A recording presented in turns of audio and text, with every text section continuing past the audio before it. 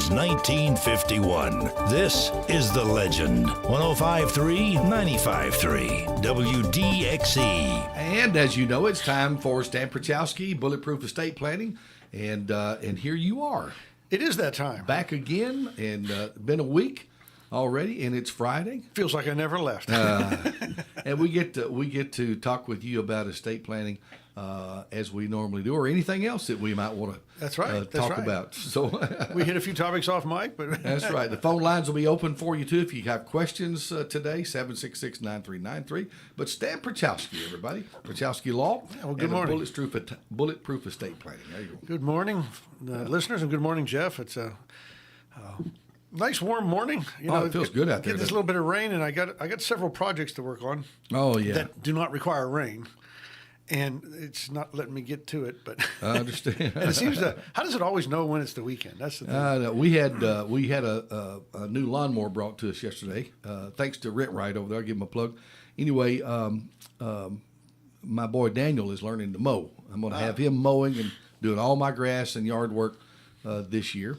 And so yesterday evening it was pretty. Mm-hmm. We had a pretty, and the grass didn't really need it, but it just in spots. Little sprigs going up. I saw those too. Yeah. So he kind of got to practice yesterday. There you go. Well, that's good. So that's what we did. Give him purpose. Yes, indeed.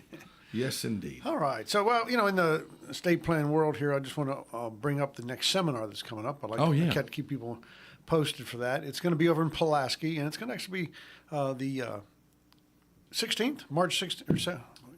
A week from tomorrow. Yeah, it is the 16th. Okay, the 16th, yeah. Yes. And it's going to be at the Star Theater, which is right next to my office. It's right downtown Pulaski on the square. Can't miss it. It's actually on the east side of the square. But it's right beside my office, and we're going to do that at 10 o'clock in the morning.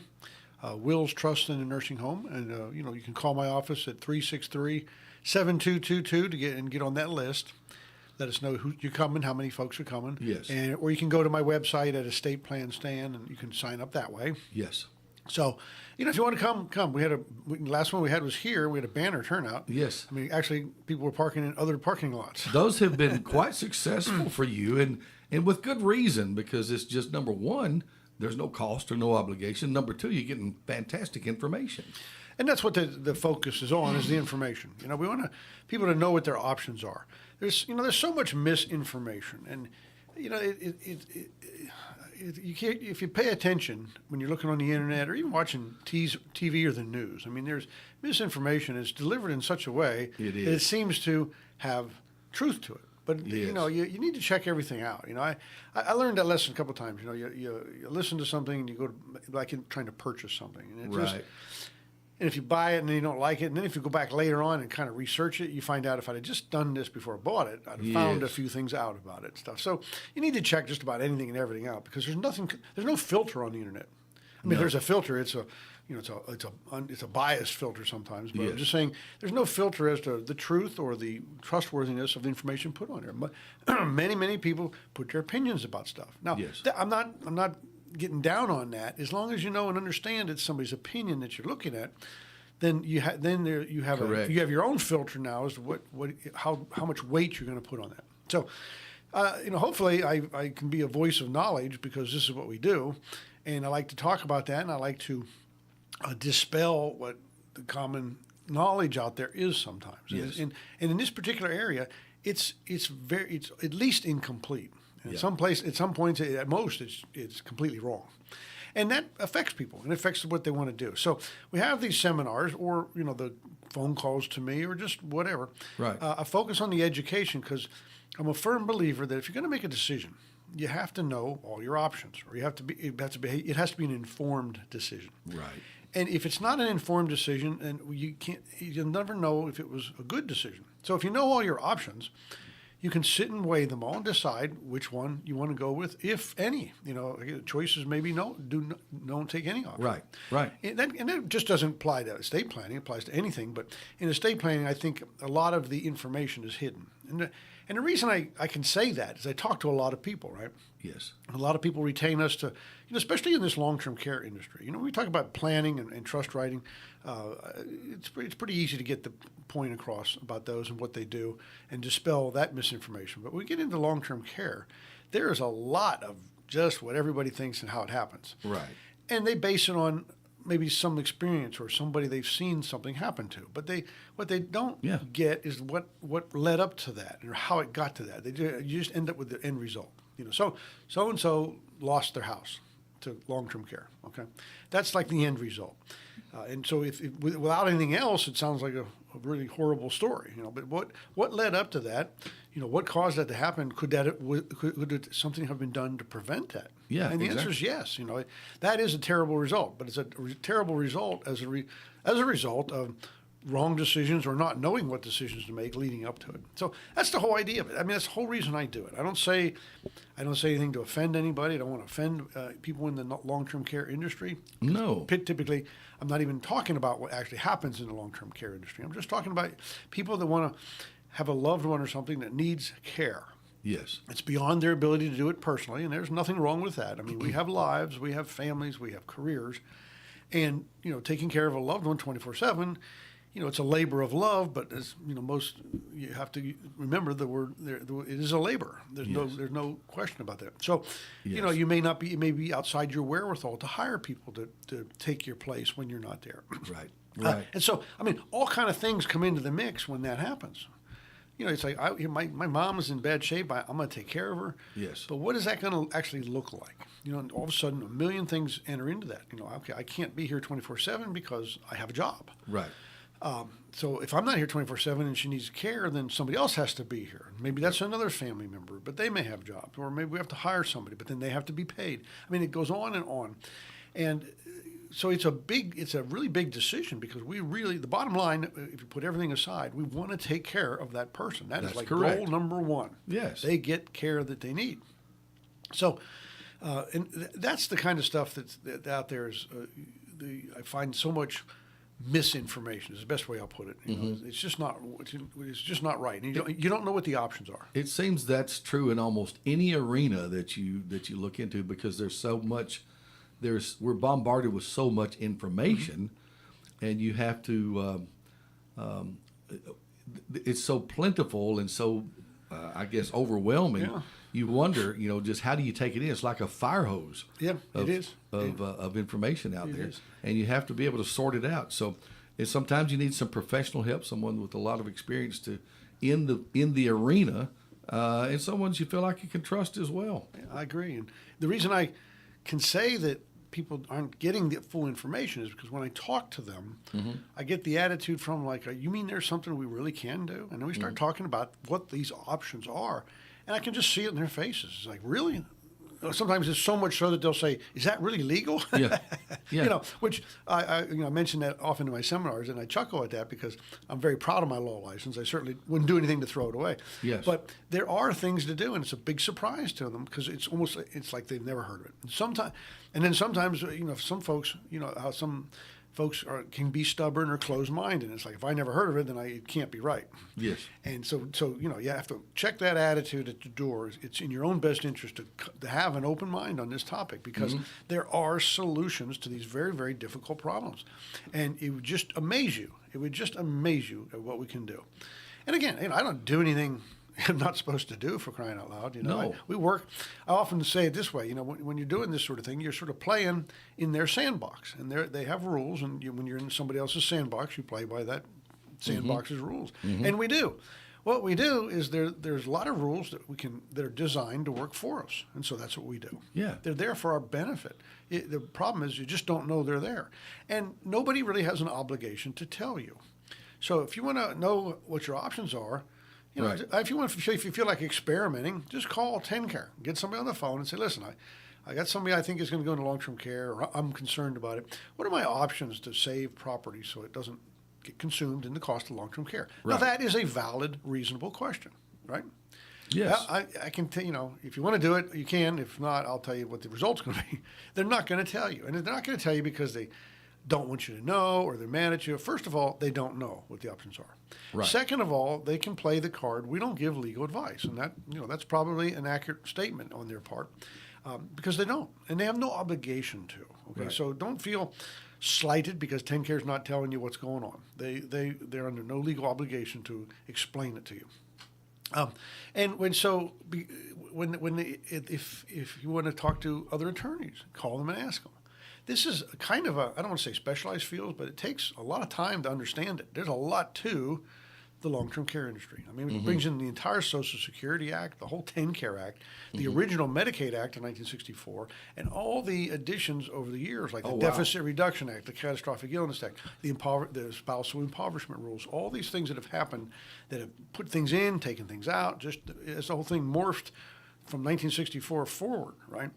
And there's a lot to do. So I often get people say they've had an attorney for 30 years, they always do their stuff, but they go to them and they either refer them to me or they say that's out of my lane. I don't do that, and I get that. And it seems, from what I understand, is what I do, I'm pretty far and few between. And now there's other folks I know of that, but they're not very local. Yeah. And so it's if you can't get information from those folks either.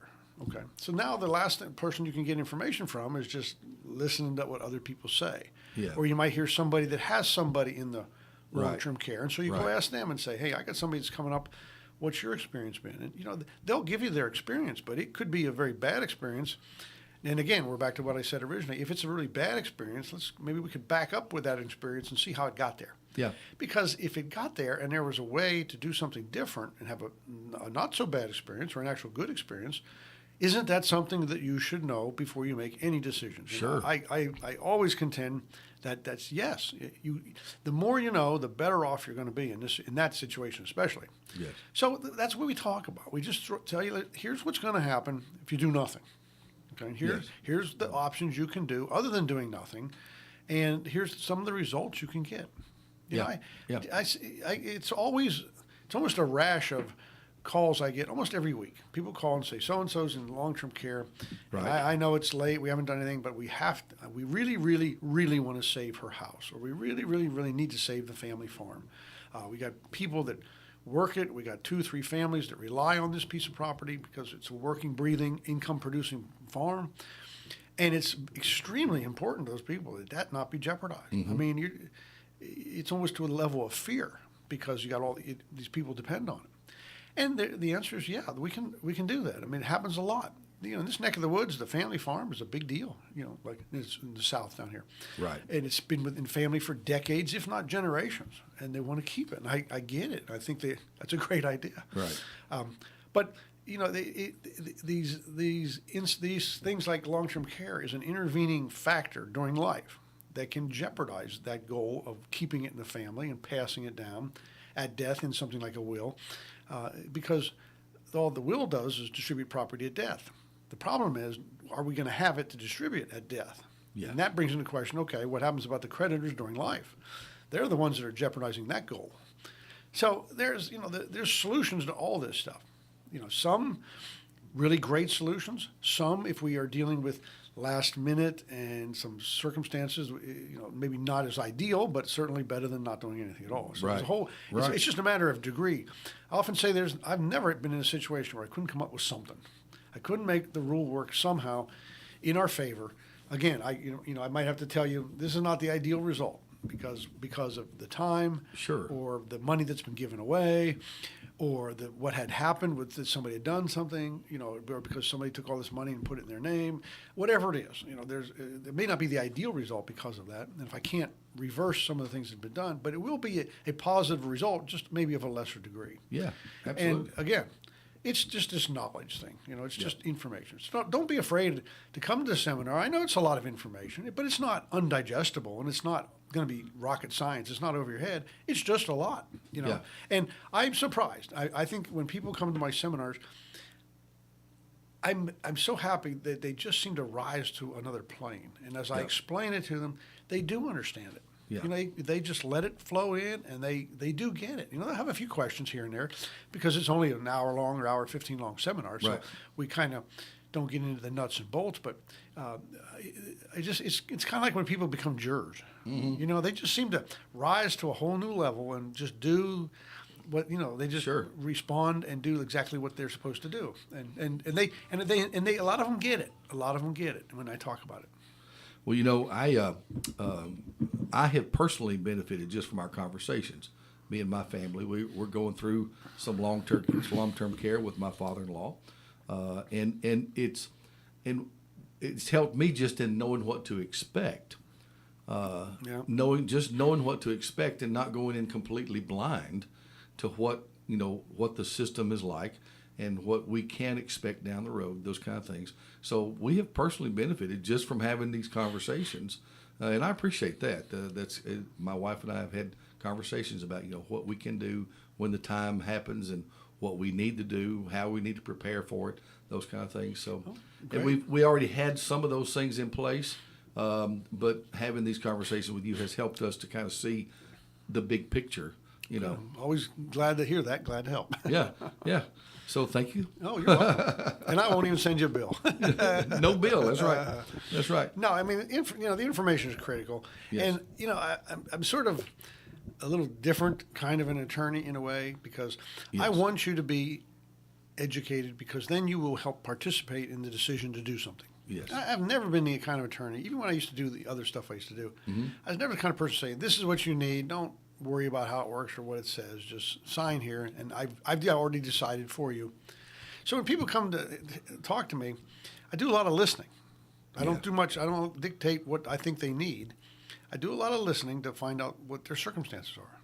Now, once I understand their circumstances, now I can start suggesting some possibilities and some options. Yeah. And it turns into a real productive back and forth, Q&A, and every step of the way I can feel things honing in on the target, and then we finally get to something that solves exactly what they wanted solved with something that they can live with. Yes. It happens it happens 95% of the time. Yes.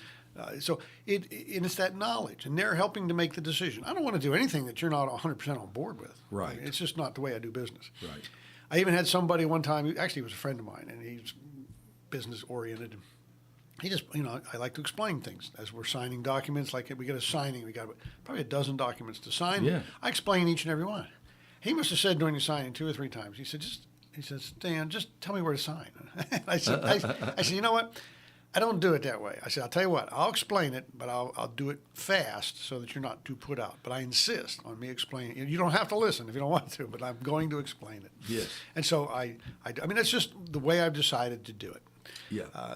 Because so many times, even back when I was doing the criminal work I used to do, things come back on you, and people say, "Well, I didn't know that's what you were going to do," or "I didn't know that's what we agreed to do," or something. Yes. It's like a he said, she said, and so if you put people in charge of their own decisions, where I'm just going to give them the options and help answer questions about all the different options.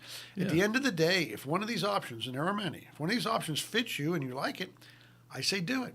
Yeah. If you don't like any of them, don't do it.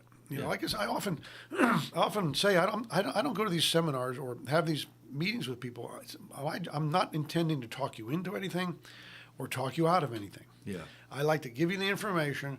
Most people, the information ends up in doing something, in some action. You said something at the beginning of that just kind of struck me, and that is your first thing that you do is listen. And in the job that you do, and even in the job that I do, that's key to providing the service that's needed, is understanding where these people are, where they're coming from, what their circumstance is, and getting the picture. And people need that. They need to be able to express themselves and tell you everything that's on their heart and mind and what's happening in their circumstance. And I find that even in my arena that it's more complicated than I want to sell my house. Yep. You need to know the story. Yeah. You need to know the story. And so when you're dealing with someone who's dealing with long-term care issues or estate planning, those kind of things, listening is key. It is. If one size fits all, it wouldn't be a need to listen. Right. If all you could do is write a will, then you come into me and I have one question: who do you want to leave all your stuff to? Yeah. Tell me who gets what. That's and who's going to be the executor? Those are the only questions. But when there are several options, lots of options, then I have to listen because I got to know what your family dynamics are. Yes. And I don't know how you could do it without listening. So, no, I appreciate those words because that's sort of the way I've fashioned my practice to be. Right. I like to be interactive. I like to be freely talking with me. I don't want you to feel like if you call me or send me an email or ask me a question, you're going to get a bill. Yeah. I don't do that. First of all, I wouldn't do it. And second of all, it's too much trouble. I mean, I can't imagine how anybody keeps up with that or even justify it. So anyway, I mean, that's just the way I do it. Okay. If you want to experience that and see, I mean, it's, set up a meeting with me and just see for yourself. Well, if you went to the doctor, for instance, and you walk in and he says, well, here's what you need, and he doesn't even know what your problem is. Well, or he decided what the problem was. Or he decided. Yeah. Yeah. Oh, So, I get it. Some doctors are like that. Some are good, but you know what I mean. Yeah. Everybody's been there. So, but I agree. I mean, it's just the way I decided to do it. It seems to work very well for both me and my clients. Yes. So, anyway. Well, listen, let's shift gears a little bit. I didn't come in here to talk just about me. But I think sometimes people, who haven't spoken with me yet, it helps to understand what my vision of how this should work. Yes. So you're welcome to come give me a try. If you feel like you want to go forward, we will. If you don't, I mean, there's no pressure. I'm okay with that decision. I am okay with it. I really am. And it happens. It does happen. I don't have a 100% success rate when folks come in. Yeah. Sometimes folks have situations that what we do doesn't fix. There's a fix for it, but it's just outside of what I do. Right. Stuff like that, and that's okay. I understand. Or some people just don't want to do it. They just think, I don't think it's necessary to do planning. And if after hearing all the options and you feel that way, then I say the most important thing is that you do what your heart directs you to do. Right. I'm going to say, well, I never say to people, well, I think you're making a mistake. You are making an informed decision. Right. Who am I to be inside your mind to decide what's governing that? I mean, I like to make my own decisions about my family and only me.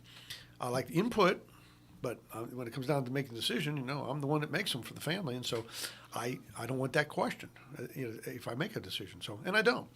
But it's again, it's a real low key, friendly atmosphere. It's not.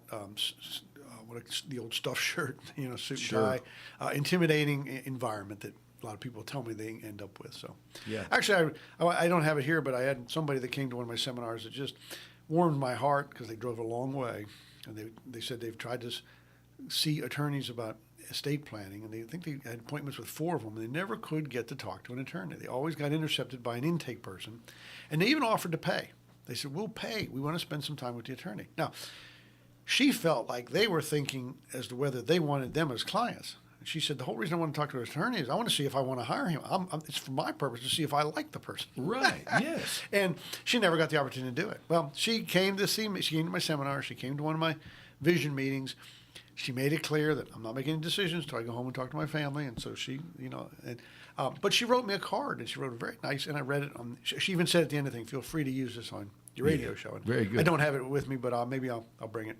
But it was very humble because all this stuff I'm telling you, I try to accomplish with my practice, and the environment I'm trying to create is what she commented on. And it just is the exact result I'm striving for. So, I can imagine on a personal level that what you do has been rewarding. Oh yeah. Oh, I mean, I love it. I just love it. You would think estate planning would be extremely boring. I mean, if you'd asked me 20 years ago, I'd have said, no way, that sounds too boring to me. Yeah. Well, that was my ignorance, because they don't teach much of that in law school. You have an estate planning class, but it was so superficial, I don't remember what it was about. Yeah. And, but once so I was I was not making an informed decision when I said that. The more I got it, when I got into it, and something finally interested me, and I started getting into it, I really liked it. I mean, I enjoyed reading more about it. I enjoyed doing this. Every family's got some issues. Yeah. If you come in and say, hey, my family's perfect, everybody's lily white, pristine, no problems whatsoever, God bless you, you're probably the only one, because, and that's great if that is. But everybody's got some issues they got to deal with. And the estate planning presents me with a real problem-solving opportunity. Yeah. It changes on a daily basis. Do you remember what led you into really deciding to focus on this? Yeah, it was when my parents passed away. Oh, okay. And that was in another state. Yeah. And it was in a not very probate-friendly state. Okay. And then it sort of made me wonder I got so exasperated with that estate, and I wasn't even involved in it. I had a sibling that was the executor, and it was up in Pennsylvania. Okay. And I would check in every now and then to see what was going on. It was exasperating even from that distance. Yeah. that I thought, surely to gosh, this is all malpractice. It's 2 years and 4 months it took to close my parents' estate, and I think it wasn't like it was a John Lennon estate or. Yeah. I mean, it was not even a remarkable estate, house, some money in the bank. Just your My average. dad liked to mess around with stocks, but there was just a little bit of that, Yeah. But it took over 2 years to resolve. Wow. And I thought, that's got to be malpractice. There's no way you can take something so simple and make it so cumbersome. Yeah. Well, when I looked into it, it turned out it wasn't malpractice at all. I mean, it was common practice. That's the procedure. Of course, it was a probate, and you always hear me beat up on probate, and that's Yes. why. Yes. It was long, drawn out, got nowhere, frustrating by procedure. Yes. And I looked into our procedure, and it turns out we're a little more of a probate-friendly state, Yes. which means we're not. All that really means we're not as bad as Pennsylvania, but still, it takes over a year Yeah. to complete a probate estate. Well, let me put it this way: a year from death. If you open a probate estate 3 months after death, you could probably close it after 9 months Yes. but you can't close it within 12 months of death. And it has to do with creditors' rights and a handful of other things. So that's sort of what led me down that path. But, Yes. But and then when I first started doing estate planning, I didn't do crisis planning. What we Yes. call crisis planning, which is long-term care. Yeah. Got into that a couple years later. That always intrigued me, because I always got that question. I even have a slide at my seminar that I said the most popular question I have received since I started doing estate planning, which I get at every meeting, every vision meeting, every speaking engagement that I have. I get this question. And the question is, in one form or another, sometimes there's a few extra adjectives in there, but I'll say it. And I'll give the radio version. Yes. How do I keep the nursing home from getting all my stuff? Right. Okay? Yeah. And in one form or another, that's the most popular question I get asked. Yeah. So early on when I would get that question, I thought, I need to embrace this concept and focus on it. So I have answers for people. Okay? I'm back to my informational approach. I need answers for these people. They're asking. So I started digging into it, and it was a rabbit hole that went way deeper than I ever thought. But once you start heading down, it's like, okay, I'm this far. Yeah. Yeah. Might as well. He's like Forrest Gump. I've gone this far. I guess I might as well keep going. Might as well keep going. And so we did, and we figured it out, and there is a solution to that problem. It is very complicated. It's very involved. It took me. I bet I put every bit of 1,000 hours into it, and I still put time into it. Sure. Because sometimes there's things change, or sometimes things get done inappropriately that you have to deal with. I'm going to give an example. Okay. Of two of those things, if I can squeeze them in, of stuff that happens. What's the old saying? Stuff happens, right? Yeah. And it does. And now sometimes it's inadvertent. Sometimes it's just a mistake. Sometimes I think there's a little more behind it. But nonetheless, whenever stuff happens, it has to be dealt with. Okay. And so, if that answered your question about how I got into it, Yes. I'm going to Yes. move on to something different. Yeah, absolutely. But I talk a little bit about, I have like a bio that I have printed out that I give at my seminars, because I don't want to spend a whole lot of time talking about me, but I do spend a little bit going over what I used to do and how I got into this, and it was kind of that story. So, but I get in this long-term care, and it's a pretty big chunk of what we do, my practice, and it becomes more and more because me being on the radio and talking to folks, on several different radio stations that reach pretty far and wide, people are starting to realize that if a loved one does go into care, there are ways to save their property. Everybody has heard from everybody, the guy across the street, the internet, there's nothing you can do. If Aunt Gertrude goes into care, she's going to lose everything. They're going to clean her out. There's nothing we can do. We waited too long. We're just SOL. It's just forget it. It's gone. It's gone forever. That's what people think. And I don't blame them for thinking that, because that's what's out there. Mm-hmm. Okay. And so, but that's not the way it is. There's lots of things that can be done. Sure. So now when we do stuff like that, then, if you come in and say, hey, Aunt Gertrude's in a nursing home or something, and we'd like to do some planning about that, what we call crisis planning. Crisis meaning somebody's actually already in care. Pre-planning is more like, hey, I'm worried about going into care someday. What can I do? Right. Crisis planning is like, hey, somebody's already there. What can we do? Right. And it's a little different, but we can still usually save a lot. So when we do crisis planning, we deal with TennCare. Yes. The Bureau of TennCare, the governmental agency that is in charge of long-term care program for Tennessee. Right. And I often say, people hear about Medicaid. Well, Medicaid is governed by the individual states. Now, Medicare is the same everywhere, but Medicaid is governed by all the individual states. So when you think about Medicaid in the state of Tennessee, our version of Medicaid is TennCare. And every state has their own cute little name for it, but each state governs their own Medicaid rules. Medicaid is, think of it as, Medicaid is a bubble of a certain size. Right. The states are allowed to control their own Medicaid, but they must stay within the bubble of the federal Medicaid Act. So there's a lot of things they can make their own choices on and do the way that state wants to do them, but they have to stay within the bounds of the federal act. Right. They can be more restrictive. They just can't be less restrictive. Okay. So, Okay.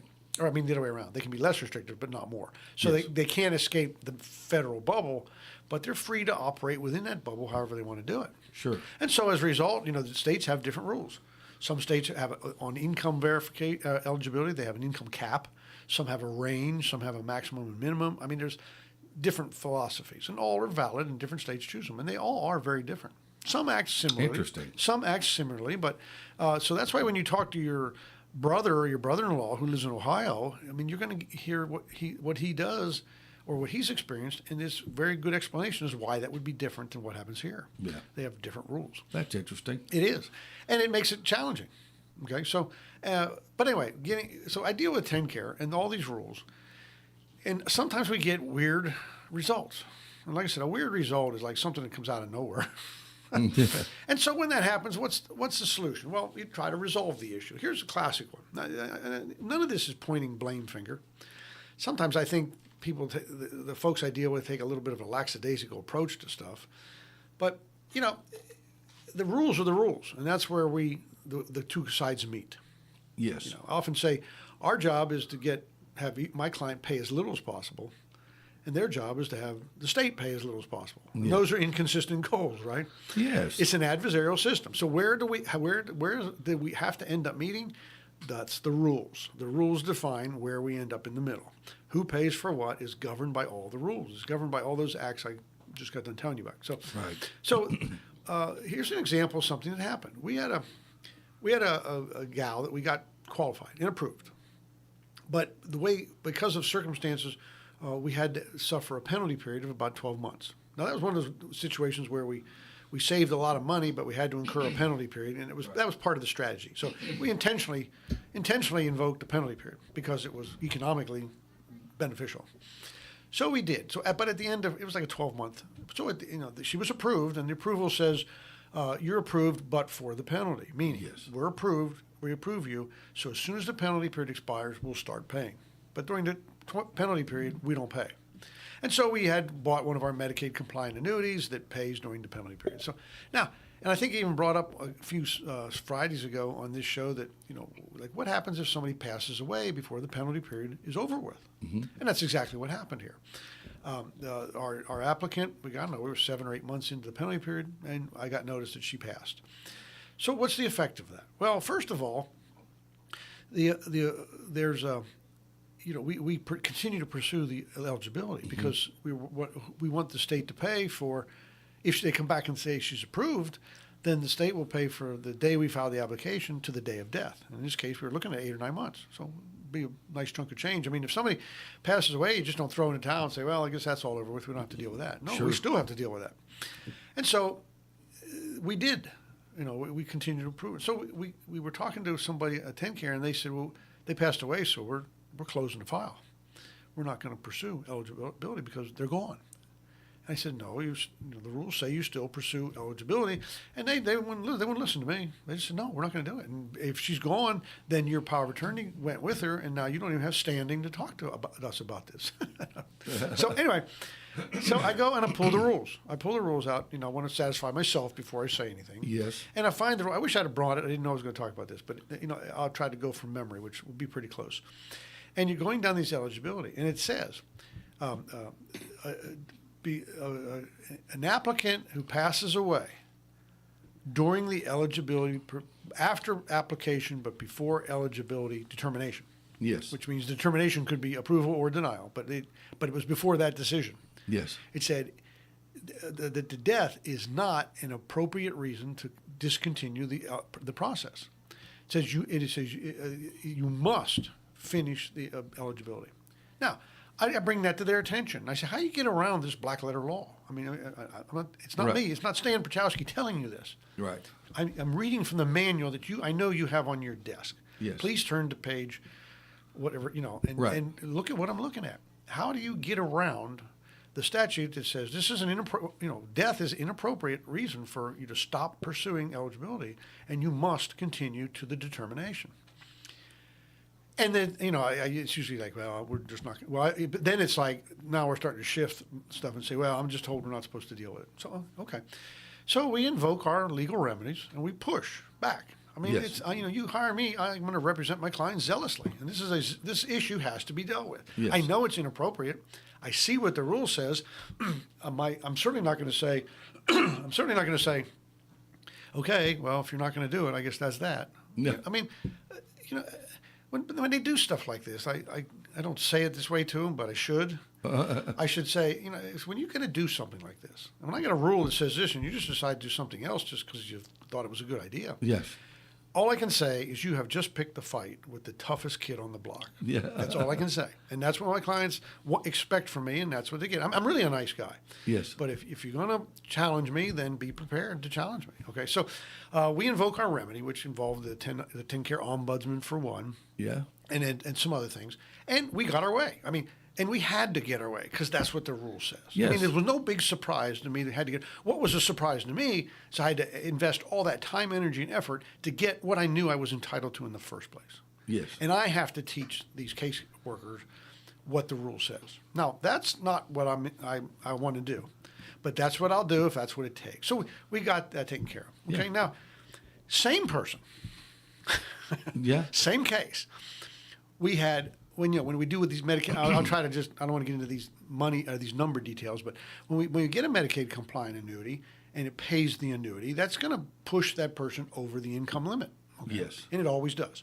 And that's not a problem. All we do is have to open up a little trust with the bank called a QIT. It's called a qualifying income trust. And what it says is when you do this, when you buy an annuity to pay through a penalty period, which is clearly defined in our Deficit Reduction Act, when you do that and it pushes you over the limit, all you need to do is put all the money over the limit of your income into this trust. And it's a trust that says all the money in this trust has to go to the cost of care. Yes. And that's what it's designed to do, right? Yeah. So they make us do that because they don't want us to put it in something, then after approval, then we cash it out and take it. Now we have the money. They want to say, if you're going to do this, we'll let you do it, but we're going to do it in such a posture that the money always has to go to the cost of care. You can't reassign it or revoke it. Okay. And so we do. That's what Medicaid compliant means. It has to have things like that. So we do. Now, it has two beneficiaries. The primary beneficiaries were the state of Tennessee Department of TennCare, if they have any claim on the estate, right? And the secondary beneficiaries are the heirs, Okay. the family. So let's look at this fundamentally. We're in a penalty period where we're essentially private paying. All the money from this annuity we bought, it's our money paying for our care until the penalty period's over. So in reality, TennCare has never spent a cent on this person because we're in this period where they won't pay, so we have to. Mm-hmm. So they haven't incurred a dime. So she passed away before the period expired. Now, if she'd lived to 12 months, she already been approved, so at the end of the 12-month period, TennCare would start paying, and now they would start incurring cost of care. Okay. Now, we never got there. So she passed away. We have this money in the QIT. It keeps paying to the end of 12 months. I can't call them up and say, turn it off and send it to these folks. It's irrevocable and unassignable. Right. Okay. And so what's to be done? Well, I get a hold of TennCare and say, could you please issue a release that if you have no claim on the estate? And they do. And they have an odd procedure for this, and we've jumped through this hoop before, but this is how it works. I file for this, what I call the first release. You've seen them in real estate. People, if they Yes. say, I don't have a claim, or if I have a claim, it's been satisfied, I'm releasing it. So Right. So we ask for the basic TennCare release. They send it back and say, we have no claim on this particular estate, the person I'm talking about. But in the bottom half of the letter, it has a lot of fine print. In there it says, but this does not extend to, and it lists all these financial instruments, and one of them is a QIT, the Qualified Income Trust, sometimes called a Miller Trust, okay? So it says, so now we have to file a second release and request one for this particular instrument. Mm-hmm. So we did. Now, that was no surprise. It seems silly, but we do what they tell us to do. And that's the way they do it, and so that's the way we approach it. Sure. So we file for the second release. What we get in response is a 27-page document from somebody that says, yeah, we have a $28,000 claim on this estate, and you know, as soon as you write us a $28,000 check, we'll release whatever's left in the QIT.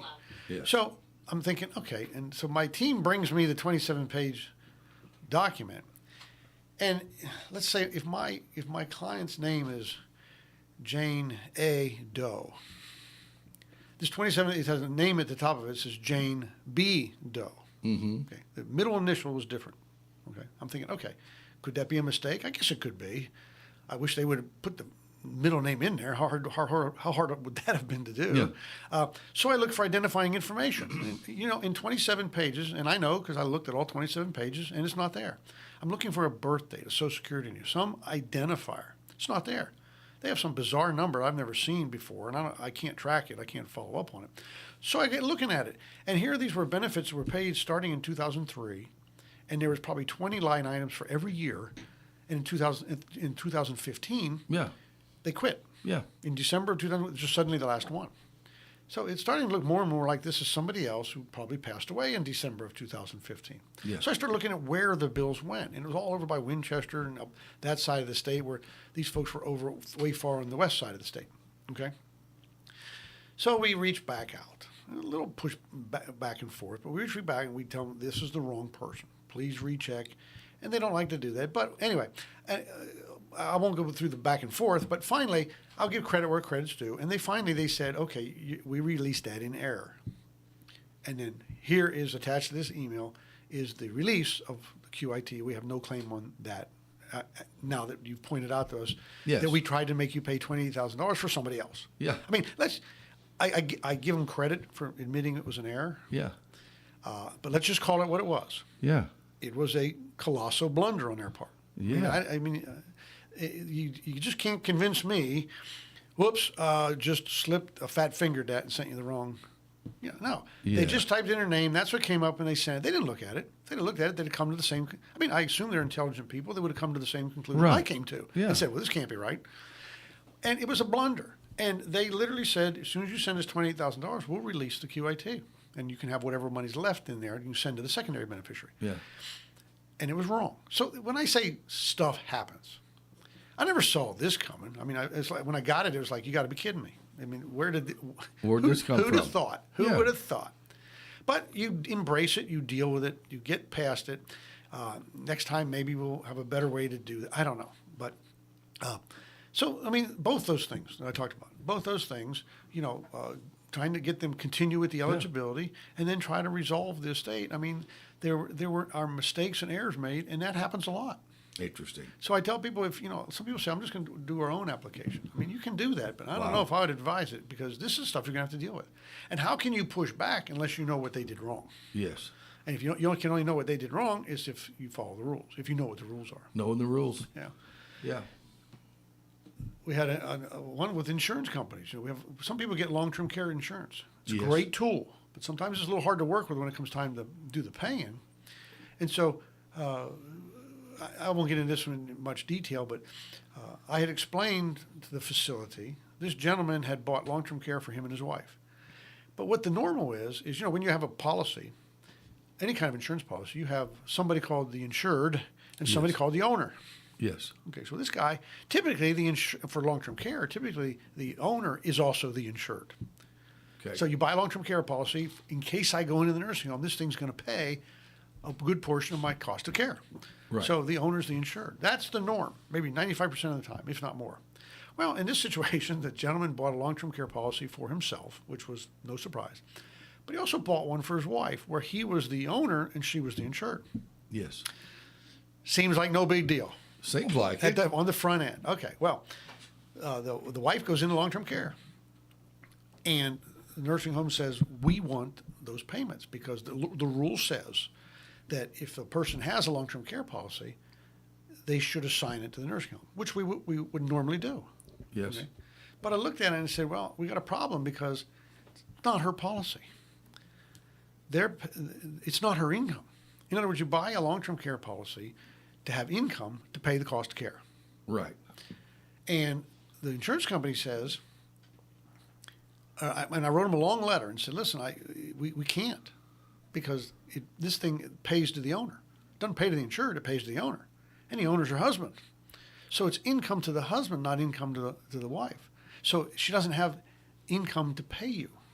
It's called the name on the check rule. I mean, who'd have thought this situation would work out this way? Interesting. Now, then he went in not too long after. And, of course, we said, yeah, we're going to sign his policy to you because that's exactly what the rule says. If you have a long-term care, you assign it. There's a little more to it than that, but that's essentially what you do. Yeah. But not in this case. And so, I mean, they got upset with that. They just would not believe me when I said it, which seems to happen often sometimes. And so, they got the insurance company involved, and and I invoked the insurance company. I said, the policy is a contract.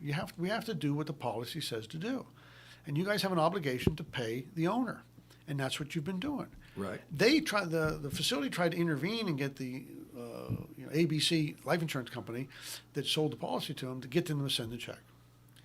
And I didn't know what they were going to do. I mean, insurance companies sometimes you never know. Yeah. But at the end result was they pretty much wrote a letter to both of us and said, what I said was exactly correct.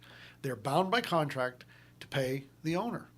We sort of anticipate that it may not have been what they had in mind when they put it together, but that's what they bought, and that's what the contract says. And that they said that insurance companies don't like to take risk, so they have to pay the owner, and they said that's who we're going to pay. Interesting. Pretty much, they said you guys argue over it. Yeah. And when they come to me and they said, well, what are we going to do about this? I said, your fight's with the insurance company, not me. Interesting. If you want to, I don't know if you have standing or not, but if you want to go to court and sue the insurance company, have at it. I mean, I'm sitting here, I'll do what the contract says, but I'm not going to do something different. And now we started getting into illegal actions, right? Or violation of a contract. So anyway, what I said was correct, and nobody would listen, but that's the way it ended up. And it's, it was out of the norm, and so it was hard for people to understand. But that's the way it is to this day. And I'm sorry it worked out that way. I wasn't around when they bought the policies. I was around when you asked me to help you get the wife qualified for. Is that in any way advisable to set up a policy that way? Well, I mean, if you have a crystal ball, one can predict the result, maybe. Yeah. But yeah. It just worked out this way. Now, again, in this situation, the husband also went into long-term care. Yeah. And now his income has to go to his cost of care. And now he has a lot of income because his wife's policy is paying to him. Yes, okay. So they end up with the money that way, yes. including his long-term care policy. Yes. But it's going to his cost of care. So in the end result, it almost financially is kind of the same. I mean, yes. It's kind of an accounting but nightmare. Interesting situation. A little bit of an accounting nightmare, but an interesting situation. That's something. And at no point in time was I ever opposed to the long-term care policy payments to go to the cost of care. That's exactly what they're designed to do. Right. But in this situation, it had to go to him first, and it was represented his income, where what they wanted was it should be her income, and maybe it should be, and that's typically the way it is, but it wasn't. Yeah. And now the rules say income goes to the cost of care. So, you find yourself in a rock and a hard spot. I've taken a position on it, and the position is it's not her income. So, and again, it's one of those black and white things where you're looking at the letter of the contract. And as we got into the rule on that, there was some ambiguity. Yeah. And so the question is, well, I guess I could ask for an attorney general opinion to clear it up. Interesting. I don't really want another thing to do, so I don't know. But I told the facility, I said, well, why don't you ask the attorney general for an opinion to clear it? You're the ones that are you're the aggrieved party. Yes. Or at least you think you're claiming to be. You're the thing people think you're getting the short end of the stick. So you exercise your remedies at law. I mean, it doesn't affect my client. I'm not going to go to court for your benefit. That's sort of working a tort against my client. I represent my client. I don't represent you. But you have people that represent you. So do what I do. Exercise your remedies and fix it. Stan, we got a few more minutes, and I wanted us to review, first of all, to kind of wind up the program, that you've got another seminar coming up. I do. And I maybe apologize. I don't know that I gave out a lot of good information that I like to give out on these shows, but we did talk about things that actually happen in real life. I think that's beneficial. I think it's good. I enjoyed it. Beneficial. But anyway, yes, you're correct. The seminar, and my seminar's structure has changed. Really? We're throttling down on those. We're going to do them less often for internal reasons. But this March one is the first one of the new schedule. So I don't know when I'll be back in Pulaski. I think it's going to be several months before I'm back at this same venue. But we do go to different counties.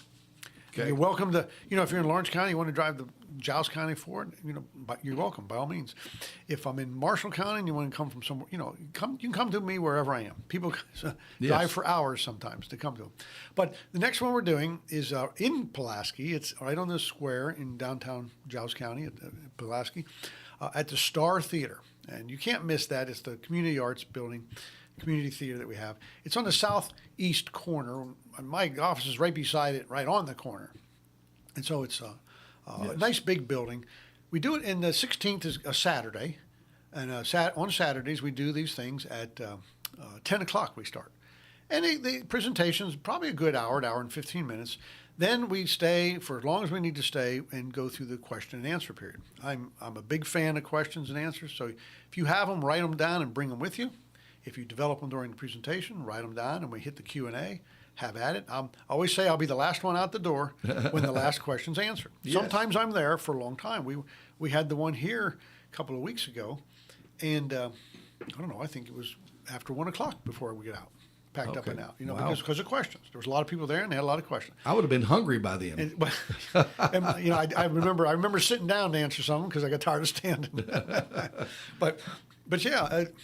If you're interested in this and you have a ton of questions, and I know you do, put in a little effort to come to the thing and see if we can't answer them, because that's what it's designed to do.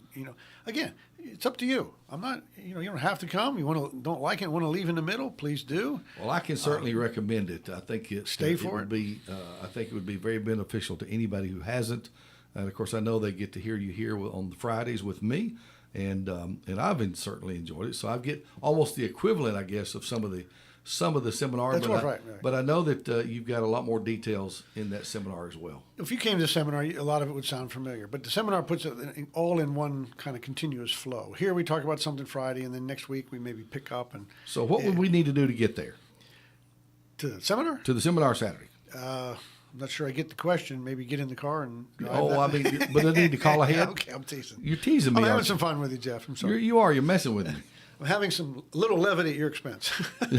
Okay, so it's very simple. We appreciate RSVPs, but it's very informal. We'd really like to have a head count. Yes. So we can put up tables and chairs. But you can either call my office at Pierchoski Estate Law, Pierchoski Elder Law, 931-363-7222.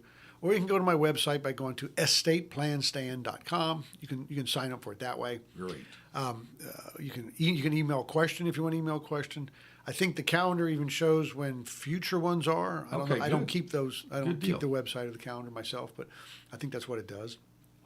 Where we're going to be, when, stuff like that. So, but just call the office is probably the best way. Talk to one of the girls; they know just what to do if you want to sign up for it. Yeah. And inevitably, we get people that sign up for it, but then can't make it, or the other side of the coin, we have people that walk in that just decide at the last minute, let's go to this thing, and that's all cool. You can, it's okay. You can do that. We always keep extra room for walk-ins. That's great. Or if you need to, if life gets in the way and you can't make it at the last minute, I get it. It happens to me all the time. Very good. So if you want to talk about anything else that you hear me talk about, feel free to call or email me. My email is actually Stan at Pierchoski Estate Law, but if you go to the website, you just go to Estate Plan Stan, and you can get the email there. Very good. Ask the question that way. So very good. It's always a pleasure to do this. We'll be back next Friday. Yes. At 8 o'clock in the morning, from 8 to 9 for the next episode, so to speak, of Bulletproof Estate Planning. Yeah. So if you have a question, formulate it and call that next week, and I'll be glad to give you an answer. Very good. Make plans to attend the seminar Saturday, the 16th, 10 a.m., 363-7222. Stan Pierchoski, everybody, and again, always a pleasure, brother. Always a pleasure. See you next week.